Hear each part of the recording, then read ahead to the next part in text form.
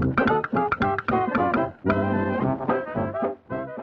Project Return members. This is Mr. James. Today's project is going to be a puzzle creation. Now, when I say a puzzle creation, I'm saying that we're not going to create a crossword puzzle. We're not going to create a homemade puzzle. We're actually going to use some tools that we probably have around the house or that we can easily come by at the dollar store, thrift store also. So I have a blank puzzle template which was bought as a multi-pack from, I think it was a craft store, maybe Michael's. They don't sell these at the dollar store. However, they do sell small puzzles at the dollar store, okay? This one has 1, 2, 3, 4, 5, 6, 7, 8, 9, 10, 11, 12. So very few pieces, okay? Some of them may have 24 pieces that are smaller, but this one's just a larger size one just because it's going to be based off of making artwork on it. I like it because it's already blank. However, if you can obtain a small size puzzle, or even if you have a really big puzzle, you could use white paint or any other type of opaque paint. When I mean by opaque, that means that the color is going to completely cover what's already on the paper itself. If you use transparent paint, transparency means you see through it and you won't be able to cover the image fully. So if you do not have a blank puzzle, which is really not that common but can be obtained at the craft store, an old used puzzle, you can even take a really big puzzle and cut it down to a smaller size and use only the pieces of that size puzzle. However, we're just going to start with this. So my idea was to come up with a unique shape design puzzle. There's a couple options. We could use a ruler, we could use a template for design, but I figured let's make it super random to make it interesting and fun.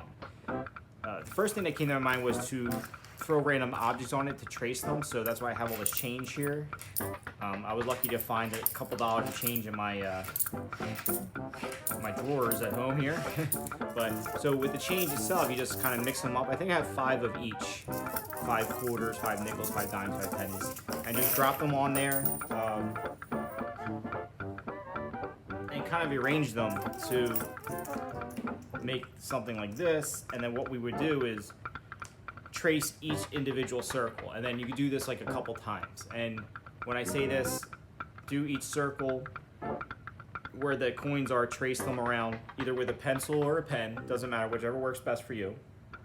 And then you can also throw the change down one more time and kind of overlap the circles that come out and dedicate them to be different colors, because the materials we're using today is the template, the puzzle piece, pens, I'm using Sharpies, and the other material I have off to the side here is another for interesting shapes. We could use soda can tabs because they're easy to come by and they give like a unique shape, so you can kind of throw these down too.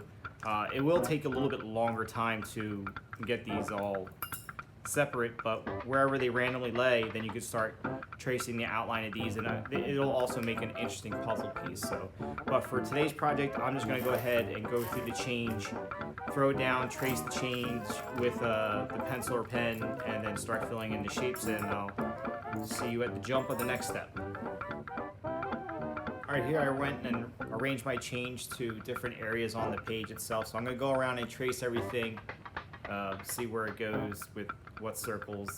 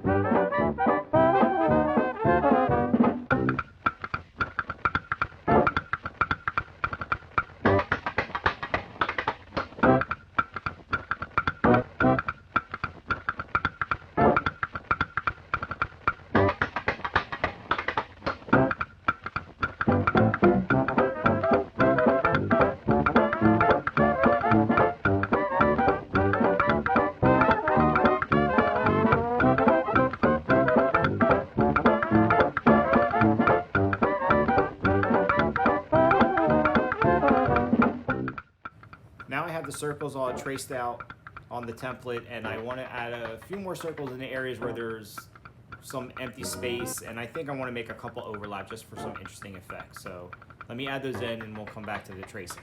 All right, so I filled in the rest of the spaces that are empty. I actually came up with a design decision to not overlap the circles. I kind of like the tension it creates where a lot of them are touching or almost touching. It makes them feel more crowded. So I don't want to add any straight lines or zigzags. I would suggest maybe some curved lines in the background if you want to come up with a design, but the focus here is just going to kind of add alternating colors of bright and dark colors. And we're going to give the appearance that the circles are kind of in the background and some are closer to us by use of color.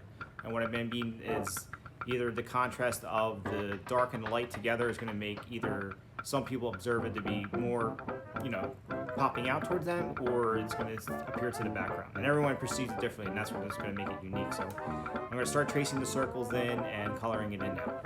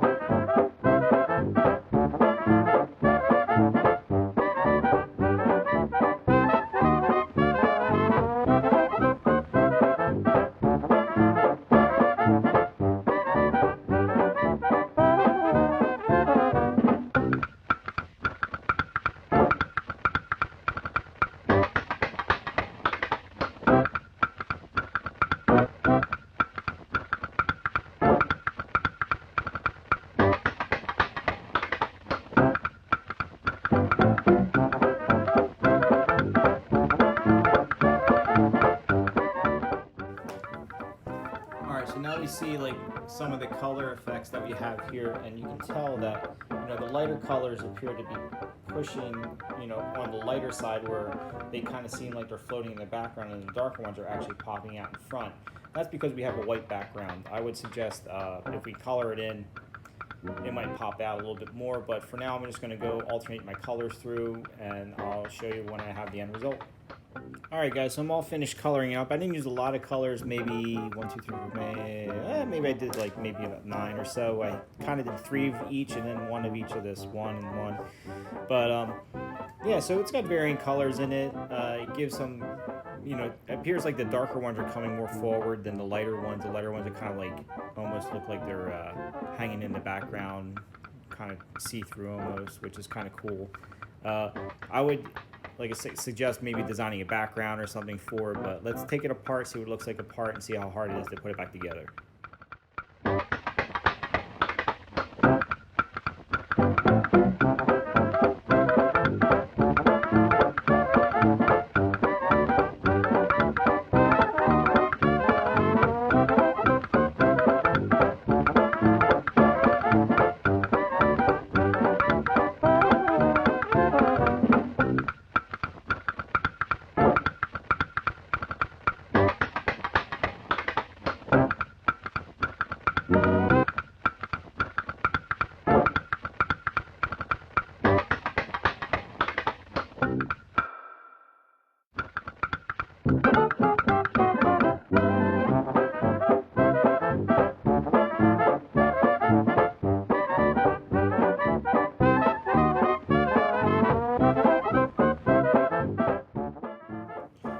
Right, so that was a little humiliating. It was my all-time best that putting a puzzle back together that I made myself. So yeah, so obviously it's pretty entertaining, and it could be super entertaining if you did something personal for someone as a gift, or a child that you know, or just for yourself.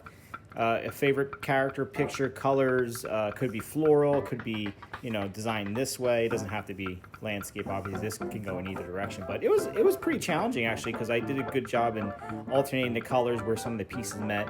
Obviously, background patterns may make it easier to match. So maybe this was a little bit more challenging since the background is more like just open to interpretation, and you really have to look up where the pieces are connecting. So, well, I hope you enjoyed the idea and the video, and you get inspired to do something more personal for someone. I'd love to see you guys bring in something to me in class that you did at home, and we could talk about it and kind of brainstorm from there. And yeah, that's it. So have a great weekend, everyone, and I'll see you next week.